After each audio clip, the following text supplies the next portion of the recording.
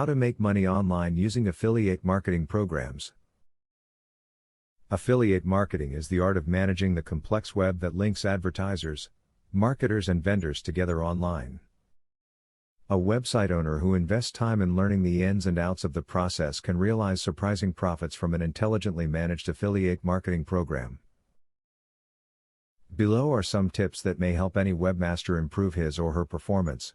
When you partake in affiliate advertising on your website, it is important that you be transparent about who you are partnering with. When you are honest, your visitors will feel better about contributing to your profit. If you seem like you are hiding something, your visitors may go directly through the vendor, instead of using your link. Look for hot pages that generate an unusual amount of traffic relative to other content on your site, and customize your affiliate pitch for those pages. A lot of affiliates market their products the same way on all pages of their site, but integrating affiliate links more tightly into a hot video can increase conversions more than focusing on a site-wide marketing campaign. Try offering free shipping to your customers. People hate paying outrageous prices for shipping charges, and having free shipping can attract more customers.